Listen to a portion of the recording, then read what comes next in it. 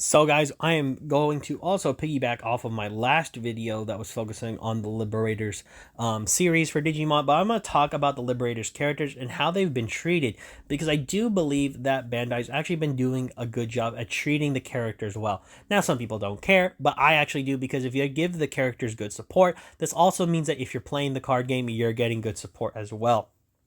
And with the introduction of Magnetic Dramon as of the time of recording, which has been not too long ago after I read it, this has been out.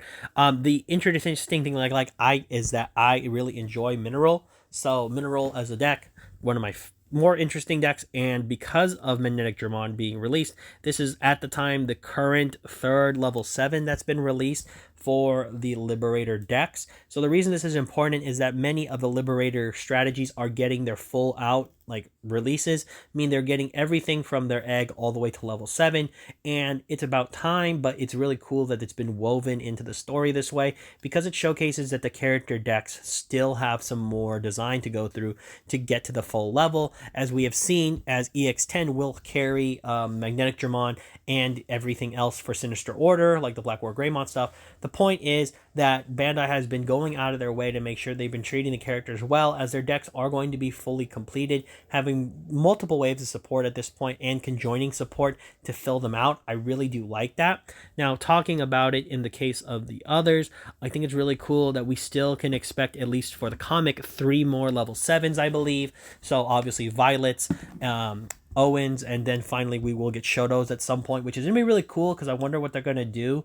Is Zafagamon going to receive a level 7 form? Is Zafagamon going to have a new Digimon above it? I'm really curious to see where they go, because the designs have been really interesting for what they've used. Everything's kind of made sense.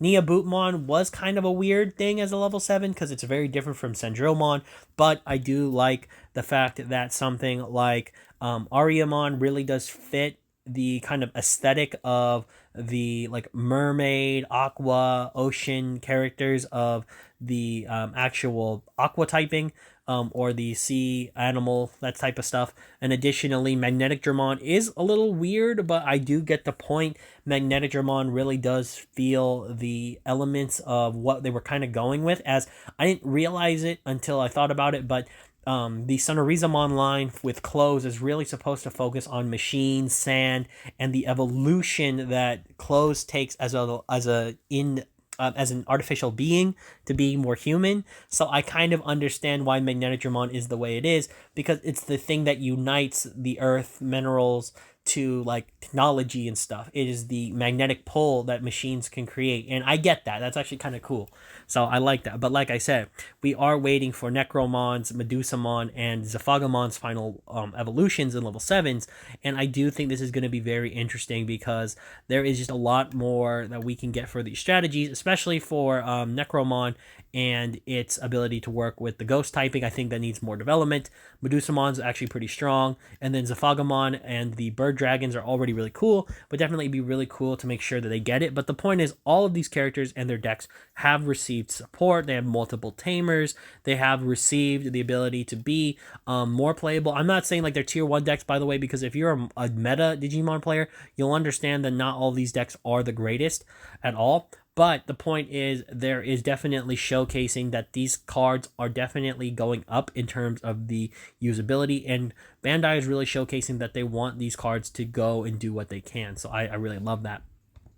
But talking about it finally for also the other characters we don't see too much, I really think that the different characters from the novel, from our group based around Yuki and our side characters, they also can expect level 7s in the near future, I believe. I think it's only a matter of time, as many of them still don't have Ace Digimon, so maybe what's going to happen is they'll get Aces, and then Yuki might be the only one to get a level 7.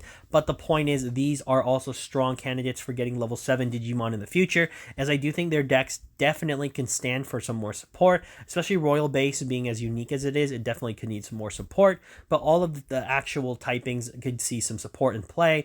Obviously Dynamon and Tyrannomon already seeing play at some points. Scottymon for sure, because Ice Snow I think is still a type that needs more experimentation, but definitely would be great to see. Invisimon definitely needs more support, because I think this is a very underdeveloped one. Kaguyamon already is technically, you could argue, already has its level 7 if you want to say that Nia Bootmon Digimon is the level 7 for both Ariza and her sister, so it really does depend. So there's that, but also I do think Heavy Metal Dramon will probably have a level 7 so that Yuki can kind of be the final, main character of the actual, or final main character of the actual novel. So it's really cool that way. But ultimately, guys, I do want to finish this video off because it doesn't need to be that long. The point is, these characters have received more than just fan service. I'm glad, because although they're not the best decks, they all have received some type of little tick, little love, little hands up, and little boost thanks to the comic. And I do feel glad that they didn't forget the comic, because they easily could have left it in the background, but they've chosen not to do that.